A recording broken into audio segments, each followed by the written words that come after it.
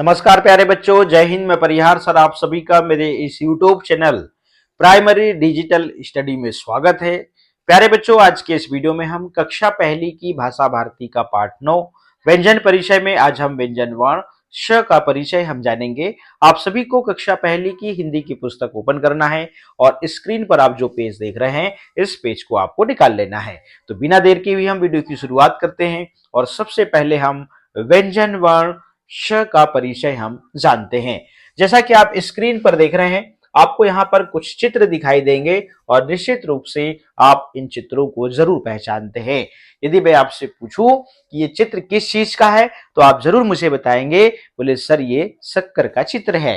यदि मैं आपसे पूछूं कि ये चित्र किस चीज का है तो आप जरूर मुझे बताएंगे कि ये चित्र जो है सलजम का है। आप देख रहे हैं यहाँ पे इस चित्र के सामने मैंने इस चित्र का नाम जो है वो लिख रखा है और क्या लिख रखा है, शक्कर। और इस चित्र के सामने भी मैंने इस चित्र का जो नाम है वो मैंने सलजम लिख रखा है। आप सभी जानते हैं कि इस दुनिया में जितनी भी चीजें हैं, चाहे आप हो चाहे मैं हूं, सबका एक नाम जरूर होता है। इसलिए मैंने इन चित्रों का नाम जरूर यहाँ पे लिख रखा है। यदि मैं आपसे पूछूं कि अब ये क्या है तो आप जरूर वही बोलेंगे जो आप घर से सीख के आए हैं। तो निश्चित रूप से आप सा शक्कर का या फिर स शक्कर का बोलेंगे या स से शक्कर बोलेंगे, या फिर यूं हो सकता है कि सा सलजम का या फिर स सलजम का या स से सलजम बोलेंगे।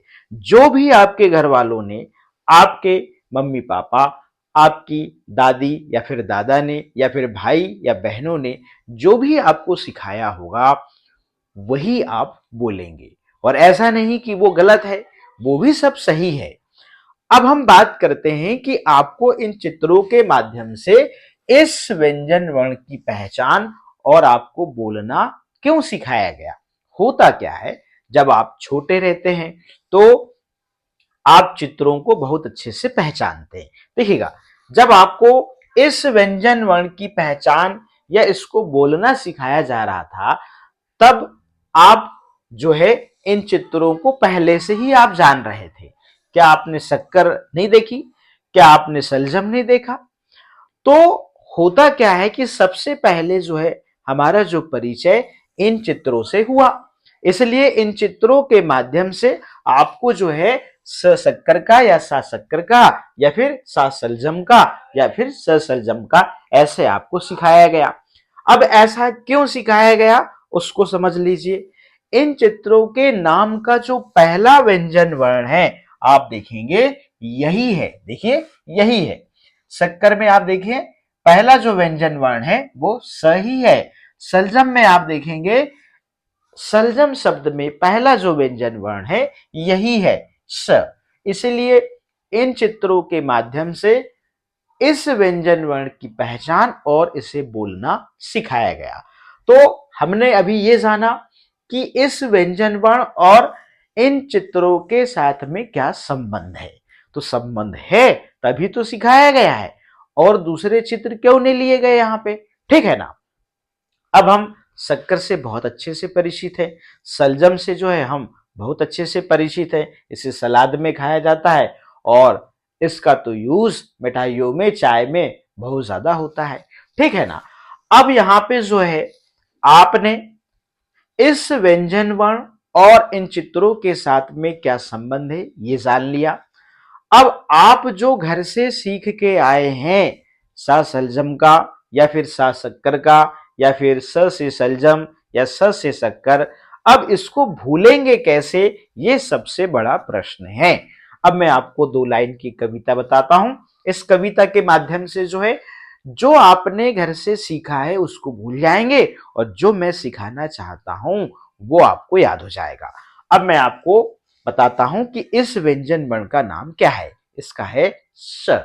आप जैसे च छ ज बोलते हैं ना, तो आपकी जो जीभ है ना वो तालू से टकराती है, च बोलिए। वैसे आपको इस वाले स को आपको च के जैसे बोलना है। तो आपकी जो जीभ है ऊपर तालू में क्या करती है, छूती है। तो इसका जो उच्चारण स्थान है वो है तालु। तो ये थोड़ा सा आपके लेवल से बाहर है, फिर भी आप जैसे च को बोलते हैं वैसे आप इसका उच्चारण करें स। ठीक है ना। अब इसका नाम आपको पता चल गया स है। ठीक है ना। अब देखिएगा, अब मैं आपको कविता बता देता हूं कि जो आपने सीखा है घर से उसको आप कैसे भूलेंगे। तो देखिएगा, स को सा सलजम का या सा शक्कर का नहीं बोलेंगे, स को स बोलेंगे। ऐसे आपको गुनगुनाना है। स को सा सलजम का या फिर स से सलजम या स सलजम का नहीं बोलेंगे, स को स बोलेंगे। तो आपको सिर्फ नाम से पुकारना है। ठीक है ना। ये तो पहचान का माध्यम है। इन चित्रों के माध्यम से इस व्यंजन वर्ण की पहचान कराई गई। अब जब आपको पहचान हो गई और जब आपको पता हो गया कि ये व्यंजन वर्ण का नाम क्या है, तो अब नाम से पुकारें आप। ठीक है ना। अब चलिएगा, अब आपको कविता भी पता लग गई कि आपने जो सीख के आया था उसको कैसे भूलेंगे, और जो मैं सिखाना चाहता हूं उसको आप कैसे याद रखेंगे। इसके लिए मैंने कविता बता दी। अब यहां पे तीसरी चीज मैं ये बता रहा हूं कि इस व्यंजन वर्ण को कुछ बच्चे स न कह के सा कहते हैं। ठीक है ना, मुंह खोल के बोलते हैं। अब देखिएगा, अब आपको इसको स कहना है या सा कहना है, अब उसको मैं थोड़ा सा क्लियर कर देता हूं। देखिएगा, हमने इसके पहले जो स्वर है, हमने अ से लेके अह तक हमने जो है सीख चुके हैं। ठीक है ना। अब देखिएगा, आपको पता है कि अ स्वर की मात्रा नहीं होती। क्यों नहीं होती? क्योंकि अ स्वर जो है व्यंजन वर्णों में मिला होता है। अब देखिएगा, अ जो स्वर है ये क से लेके ग तक जो व्यंजन वर्ण है इनमें सब में मिला होता है। अब देखिएगा, अब वो कैसे मिला होता है। देखिएगा, ये व्यंजन वर्ण क है, ये अभी अर्ध व्यंजन वर्ण है, मतलब आधा व्यंजन वर्ण है। जब तक इसमें अस्वर नहीं मिलेगा तब तक हम ना तो इसको ऐसे लिख सकते और ना ही हम इसका उच्चारण कर सकते। जब इसमें अस्वर मिलता है तभी हम इसको ऐसे लिख सकते हैं और क उच्चारण हम कर सकते हैं। अन्यथा इसमें यदि मान लीजिए स्वर नहीं मिला है, अर्ध व्यंजन वर्ण की पहचान यह है कि उसके नीचे हलंत लगा होता है। ठीक है ना। जब इसमें अस्वर मिलेगा तब जाके हम इसे ऐसे लिख पाएंगे और क उच्चारण कर पाएंगे। तो अब देखिएगा, जब पूरे व्यंजन वर्णों में अस्वर मिला है तो अंत में उच्चारण जब आप करते हैं तो अस्वर निकलना चाहिए। जैसे क, ख, ग, घ, अंग, च, छ, ज, झ, य, ट, ठ, ऐसे। तो अब बताइए ये क्या है भाई? ये है स। क्या है? स। अब कुछ बच्चे सा कहते हैं। अब आप ही सोचिए, लिखा है स और कुछ बच्चे लिखा है क्या है? ये स है और उच्चारण कैसे करते हैं? सा। अब इसमें आ की मात्रा लग गई और इसमें तो लगी ही नहीं। मतलब व्यंजन वर्णों में यदि कोई मात्रा नहीं लगी है तो आप जो है उन व्यंजन वर्णों का उच्चारण जो है अस्वर के जैसे करेंगे। मतलब उच्चारण करने के बाद में अंत में अ निकलना चाहिए। ठीक है। तो फाइनली आप इसे स कहेंगे, अंत में अस्वर निकलना चाहिए। ठीक है ना। अब आपने ये भी जान लिया कि इसे स कहना है या सा कहना है। ठीक है। तो फाइनली जो है ये स है। ठीक है ना, अ निकलना चाहिए। चलिएगा, अब हम बात करते हैं कि हमने तो यहां पर सबसे पहले जो है व्यंजन वर्ण और चित्रों के बीच में क्या संबंध है इसको मैंने बताया। दूसरे स्टेप में मैंने ये बताया कि जो आपने घर से सीख के आए हैं उसको आप कैसे भूलेंगे, और जो मैं बता रहा हूं इसका नाम उसको आप कैसे याद रखेंगे। फिर मैंने तीसरी चीज ये बताया कि इसे आप स कहेंगे या सा कहेंगे। ठीक है ना। अब मैं एक चीज और बता देता हूं, एक छोटी सी कहानी, और कहानी के माध्यम से आप जो है इस व्यंजन वर्ण का जो उच्चारण स है वो आप कभी नहीं भूलेंगे, और ना ही आप इसकी पहचान भूलेंगे और ना ही आप इसका नाम भूलेंगे। देखिएगा, छोटी सी कहानी है। ये एक लड़की है और इस लड़की का नाम क्या है? रूबी है। क्या नाम है? रूबी है। और ये 6 साल की हो गई है। कितने साल की हो गई है? ये 6 साल की हो गई है। ये रूबी की मम्मी है, जिसे हम माँ भी कहते हैं। ठीक है ना। इसका नाम सीमा है। इसका नाम क्या है? सीमा है। ठीक है ना। अब रूबी का जन्म जब से हुआ है ये कहीं नहीं गई, ये मामा के गांव भी नहीं गई। अब रूबी जो है 6 साल बाद कहां जाती है? मामा के गांव जाती है। कहां जाती है? मामा के गांव जाती है, ठीक है ना। अब ये रूबी जो है 6 साल बाद कहां चलेगी भैया? मामा के गांव। तो निश्चित रूप से उस गांव में कुछ आदमी होंगे, उस गांव में कुछ आदमी होंगे जो रूबी को अभी नहीं देखे, ठीक है ना, किसी ने नहीं देखा, सिर्फ रूबी के मामा के परिवार के अलावा। अब ये रहा रूबी का मामा। ये कौन है? ये रूबी का मामा है, ठीक है ना। अब ये जैसे ही गांव जाती है रूबी, तो निश्चित रूप से ये आदमी रूबी के मामा से पूछता है कि बोले ये कौन है? ये कौन है? अब रूबी के मामा के गांव के जो आदमी है वो रूबी की मम्मी को जरूर पहचानते हैं, क्योंकि वहीं पली बड़ी है, वहीं जन्म हुआ है, वहीं से उसकी शादी हुई है और वहीं से वो ससुराल गई है। तो रूबी के मामा के गांव में रूबी की मम्मी को सब पहचानते हैं। तो अब यहाँ पे जो रूबी का मामा है, ये रूबी का जब परिचय इस आदमी से कराता है तो ये क्या बताता है? बोले ये सीमा की बेटी रूबी है, ऐसा बताता है। कौन? रूबी का मामा इस आदमी को। अब सीमा की बेटी रूबी है क्यों बताता है? क्योंकि ये आदमी सीमा को जानता है। जब सीमा को जानता है तो सीमा की पहचान बताना जरूरी है। तो ये आदमी जो है फाइनली पहचान जाता है कि बोले ये सीमा की बेटी रूबी है। अब ये आदमी जो है पहचान लिया, इससे पता चल गया अरे ये तो सीमा की बेटी रूबी है। अब ये जो आदमी है इस रूबी को सिर्फ रूबी कह के बुलाता है, ना कि सीमा की बेटी रूबी इधर आओ, ऐसे नहीं कहता। रूबी क्या कर रही हो? रूबी कहां जा रही हो? ये ऐसे प्रश्न पूछता है। अब इसको पहचान पता लग गई, पहचान पता लग गई तो ये आदमी सिर्फ रूबी कह के बुलाता है। तो आपके घर वालों ने इस व्यंजन वर्ण की सबसे पहले पहचान ही तो कराए इन चित्रों के माध्यम से, और आपको यही तो सिखाया कि बोले ये सा शक्कर का है या सा सलजम का है, या स से शक्कर है या स से सलजम है। तो यहां पर ये पहचान ही तो बताए थे सबसे पहले। अब यहां पे देखिएगा तो ये पहचान है, इन चित्रों के माध्यम से आपको पहचान कराई गई।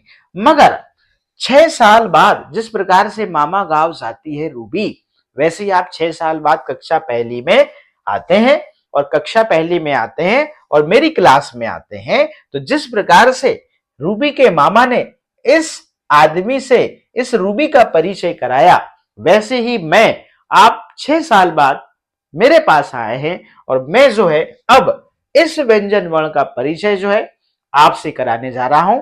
और मैं अब बताता हूं कि भैया पहचान भी बताता हूं, जिस पहचान के माध्यम से आपने इसको सीखा है वो पहचान भी बताता हूं, और इस व्यंजन वर्ण का नाम भी बताता हूं कि भैया ये स से सलजम है, सा से सलजम भी है, स से शक्कर भी है, सा से शक्कर भी है, मगर इस व्यंजन वर्ण का नाम है सिर्फ स।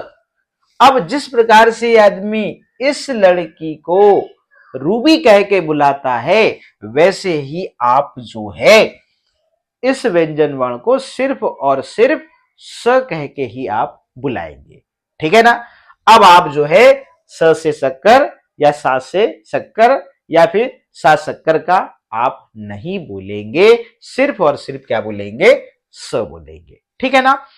अब यहां पे हमने फाइनली इस व्यंजन वर्ण की पहचान, इसका उच्चारण हमने सब सीख लिया। अब हम चलते हैं वर्कशीट पर। वर्कशीट में आपको कैसे लेखन अभ्यास करना है इसको हम समझ लेते हैं। अब देखिएगा इस प्रकार से आपने भी पेज ओपन कर लिया होगा। तो यहां पे आप देख रहे हैं लेखन अभ्यास करते समय अपने को एक बात का ध्यान रखना है, अपने को बोल बोल के लेखन अभ्यास करना है।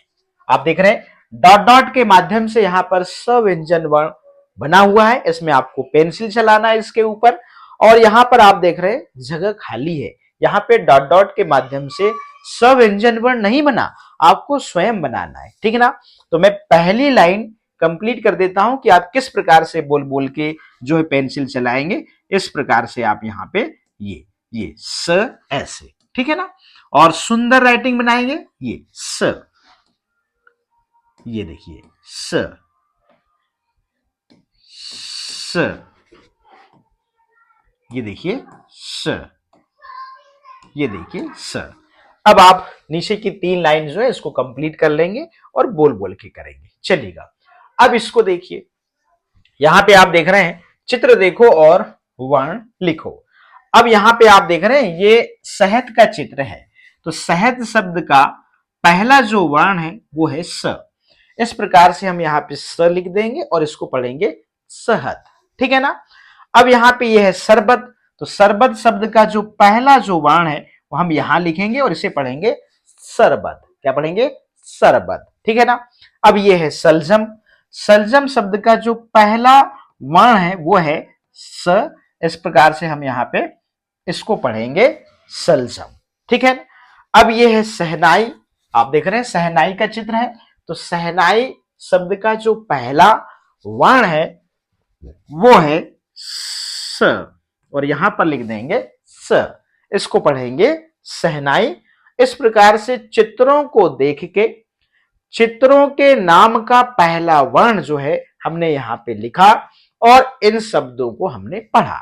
अब जो है आगे चलते हैं, इस वर्ण को हमको बोल बोल के लिखना है इस प्रकार से। देखिए स स स स स स स स और ये स। इस प्रकार से आपको लेखन अभ्यास करना है, परंतु क्या इतने से लेखन अभ्यास से आपका लेखन अभ्यास हो जाएगा? नहीं होगा। आपको निकालना है कॉपी, आपको निकालना है कॉपी और इसे आप होमवर्क भी समझ सकते हैं और आपको करना है कॉपी में फिर से लेखन अभ्यास। अब देखिएगा, सबसे पहले जो है आप यहां पे स जो व्यंजन वर्ण है इसे आप लिखेंगे। उसके बाद आप स से आपने शक्कर शब्द को पढ़ा, इसके बाद सलजम शब्द को पढ़ा, सलजम के बाद आपने शहद को पढ़ा और शरबत, शरबत। इस प्रकार से यहां पे इन शब्दों को लिख लेना है और आपको बोल बोल के लिखना है। यहां से आप स्केल से लाइन खींच लेंगे और इससे क्या होगा कि आपका लेखन अभ्यास भी होगा और यहां पे आप देख रहे हैं शब्दों में दूसरे भी व्यंजन वर्ण आ रहे हैं, आप इनको भी साथ में सीखेंगे। तो इस प्रकार से आपको जो लेखन अभ्यास करना है, तो आज के इस वीडियो में हमने व्यंजन वर्ण स का परिचय हमने जाना और साथ ही लेखन अभ्यास कैसे करना है इसको हमने सीखा। तो प्यारे बच्चों, आज के इस वीडियो में इतना ही। फिर मिलेंगे हम नेक्स्ट वीडियो में नेक्स्ट व्यंजन वर्ण के साथ में। आप सभी का बहुत बहुत धन्यवाद।